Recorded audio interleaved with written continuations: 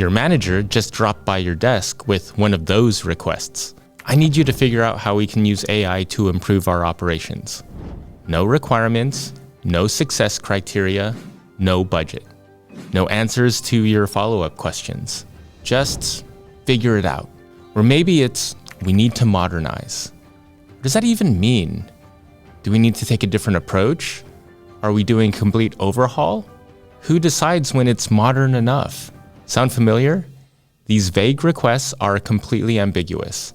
And the ironic part is when you need to figure out what to do next, but you don't even know what figuring it out means, you can't just Google your way out of it. You won't get results for, my boss just gave me a word salad and called it a project. I was a principal engineer at Amazon, where I spent nearly 20 years. At Amazon, we were expected to deal with ambiguity on a daily basis. But the problem was that nobody taught us how to do it. To survive and thrive for as long as I did, I had to develop my own tools. In this video, I'll share 3 of them with you, so you won't feel that anxiety whenever you find yourself in one of those situations where you don't know what to do next. My hope is that we can exchange that anxiety and transform it into confidence about how to proceed. If you like this type of content, hit the like button and subscribe. It helps me know that I'm creating content that's actually useful. If there are topics you want me to cover, leave a comment down below. And if you want more from me, subscribe to my free newsletter. Link is in the description. For my first point, you have to understand that what you're seeking when you're dealing with ambiguity is clarity. But not all clarity looks the same. Before you can find your way out of ambiguity, you need to understand what types of things clear things up for you. I learned this lesson the hard way early in my career at Amazon. My manager asked me to create a strategy for reducing customer service contacts. That was it. This was the entire directive. I spent the first 2 weeks in analysis paralysis. I pulled up customer service data, I read documentation, I sat in on meetings hoping that somebody would drop hints about how we could do all of this. I kept waiting for clarity to somehow emerge. Like maybe I'd wake up one morning and suddenly understand what I was supposed to do. By week 3, still nothing. I had copious notes, graphs, spreadsheets full of data, but no idea what to do with it all. By week 4, my manager asked for an update. I mumbled something about, I'm still gathering requirements and I'm analyzing the data. You could see the disappointment on his face. All of this time and effort, and I had nothing to show for it. Here's what I was doing wrong. I was waiting for clarity to find me instead of thinking about what clarity would look like. And that's my first point. It starts with posing the question, what type of thing would cut through the ambiguity, and working backward from that. Clarity isn't a feeling that things are no longer ambiguous. Sometimes clarity is a number or a simple answer. Like when you're told to improve performance, what you really need is web page load times need to be under X seconds, or we have an X dollar budget for this quarter. Once you know you need to fill in that blank number, you can actually start figuring out what that number is. The task becomes, how can I find that number? Which may still be ambiguous, but it's much more tractable than when you started. Sometimes what would give you clarity is a question or a problem statement. I once spent a bunch of time trying to improve customer retention until I realized what I needed was the question, where exactly are we losing users? That question led me to the next step, which was to update our metrics to capture where customers were leaving. Sometimes the answer is a whole problem space, boundaries around what a team should and shouldn't focus on. Modernize our system becomes clear when you learn that it means update our payment processing system to handle international currencies, but don't touch the inventory system. Now you know where to put your energy. Sometimes what would give you clarity is a set of principles or tenets that, when you applied them, would help you develop a strategy or direction. Make our product more user-friendly becomes actionable when you establish principles like prioritize mobile users, reduce clicks to purchase, and never sacrifice security for convenience. These principles now act as the basis for decisions. The next step is to determine how you can develop these principles. Maybe you need to write a document where you propose some tenets in a meeting, or maybe you need to get leaders into a room or sponsor a workshop. After that awkward check-in with my manager, I forced myself to stop and ask, what type of thing would make my situation clear? I realized I needed 2 things, a specific target, that's a metric, and guiding principles for how to achieve that number. That's the strategy. I didn't know what those were going to be, but just understanding what type of thing would provide clarity gave me enough to formulate some next steps. If you're ever in a truly ambiguous situation, start with thinking about what type of thing would give you clarity.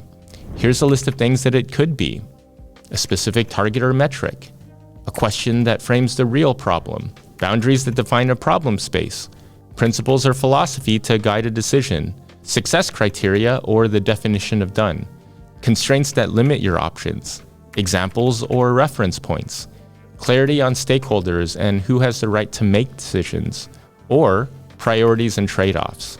Now, that's not a comprehensive list, but it's a good place to start. But whatever you do, don't just do a bunch of random research and wait for that feeling of ambiguity to wash away. It's not going to happen. You know what's interesting? When I was dealing with all of this uncertainty while on the job, I realized something.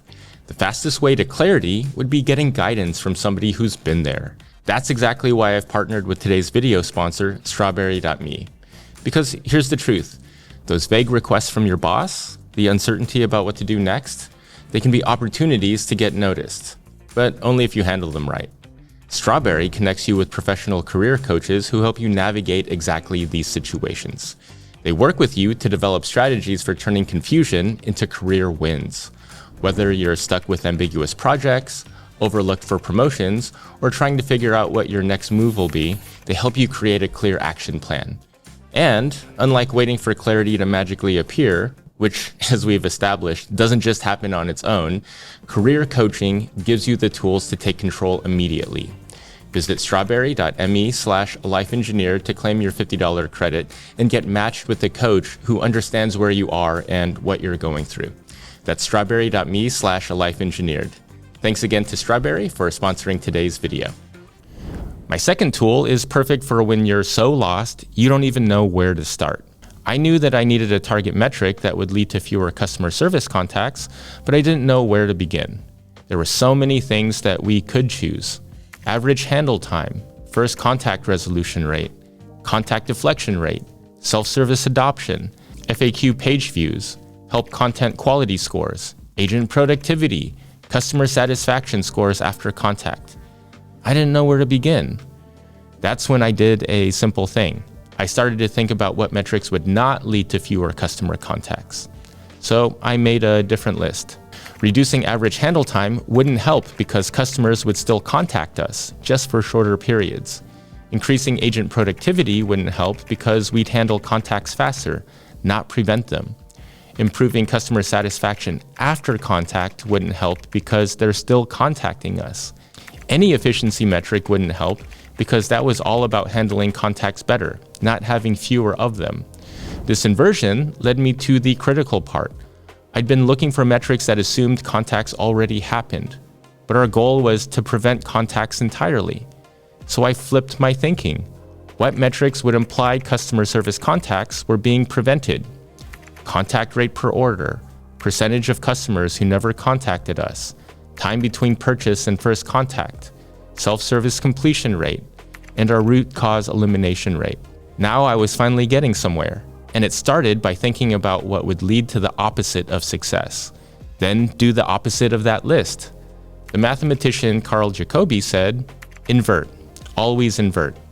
Some attribute this to Einstein, but regardless of who said it, the applicability to problem solving is undeniable.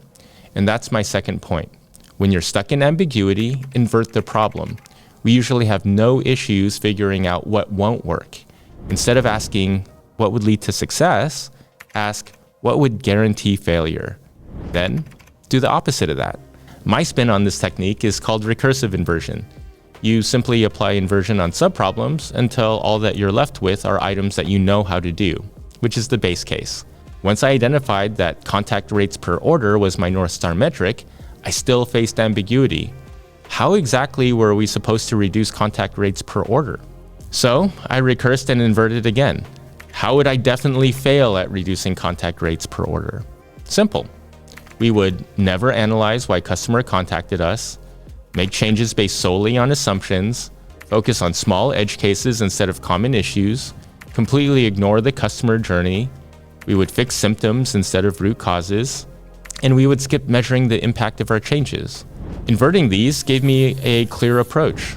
We should deep dive into categorization of contacts, base decisions on data, target high-volume contact drivers, map our contacts to customer journey stages, we would address our root causes, and we would measure everything. This type of thinking started giving me directions and structure. This was starting to turn into a clear course of action.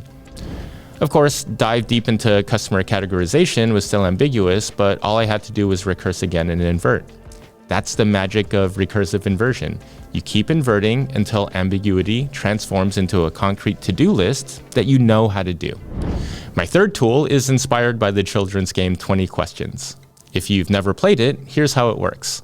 One person thinks of something, it could be anything, and keeps it secret. Everyone else tries to guess what it is by asking yes or no questions. You only get 20 questions to narrow it down from literally anything in the universe to one specific thing. Suppose you and I are playing. Is it alive? No. Is it something that you'd find in a house? Yes. Is it bigger than a microwave? No. Do you use it every day? Most people do, yeah. Is it electronic? It could be. Is it used for communication? In a way it is, yeah. Is it a pen? Yes, it's a pen. A smart player eliminates massive possibilities with each question. Is it alive? Cuts the universe in half. In a house, eliminates oceans, mountains, and stars. By question 6, you're really zeroing in. The best questions are the ones that eliminate most of the options, regardless of the answer. If you know data structures and algorithms, this is a lot like a binary search, which is an amazingly efficient way to find something. If you can pose a question that cuts the search space in half, or better yet, removes the dimension or degree of freedom, it doesn't take that many questions to zero in on what you need. And that's my third point.